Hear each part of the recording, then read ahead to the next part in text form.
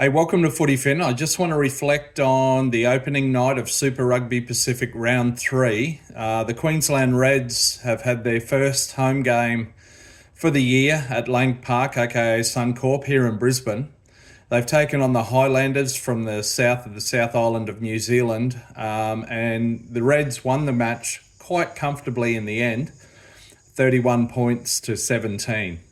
There were a few nervous moments around just before the hour mark. I think the score was about 19-14.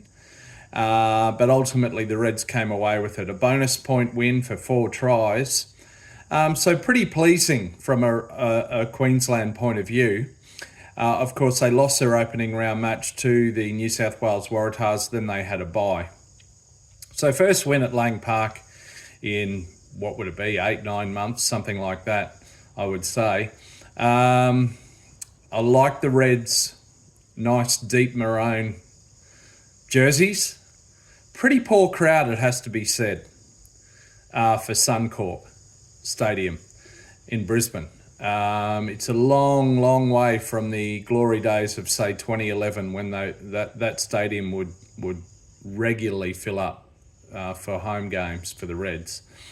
And you'd probably get at least that many people to a Broncos training session if it was held at Suncorp. Anyway, that's a challenge for Super Rugby. Ongoing low crowd numbers. Address it or don't at your peril. But yeah, pleasing for the Reds. Carter Gordon, a Queenslander initially, who is playing for the Reds for the first time in Super Rugby. He gave a pretty good account of himself, starting in the 10 jersey. And of course, young Tom Liner continues to be injured. But yeah, Gordon previously played for the Melbourne Rebels. Then after the disastrous Rugby World Cup 2023 campaign with Eddie Jones, he shifted across to NRL. Sadly, suffered a bad injury in NRL, a rare spinal injury, and was kind of bedridden for most of the year. Only ended up playing half an NRL match, really, in the last game of the year for the Titans at the Gold Coast. And now he's come back to rugby. So really wouldn't have played a full rugby match for, well over 2 years, or the best part of a rugby match.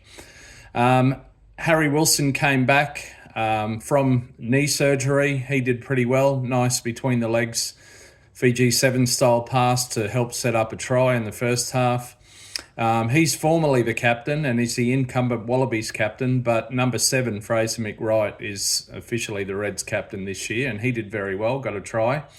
The Reds are not quite at full strength though, so scrum half Tate McDermott still missing. Tom Liner still out injured, as I said. It'll be interesting once he's back to see.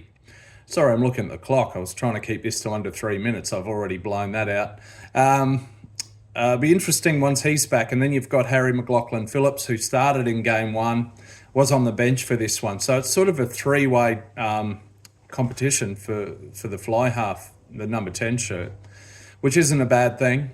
But yeah, pretty good overall from the Reds. I'm not by any stretch getting too excited and saying that they're championship contenders by any means, but yeah, a promising night. And as I've said in my other video, I believe this was a Super Rugby first. On the one night, 2 Australian teams, each of them took on a New Zealand team or New Zealand-based team, and 2 Australian sides came away with the wins. Has that ever happened in Super Rugby? I did a short on this, which I've just posted. Have a look at that. Anyway, good start for the Reds. Let me just say, for those of us who don't pay for a subscription to Stan here in Australia, after the match on the Friday night, we get about 150 seconds of highlights. Then about at least 12 hours after kickoff, we have to wait that long, and then we get about 300 odd seconds of highlights. It's not great. But that's life as a follower of the Rugby Union Code in Australia.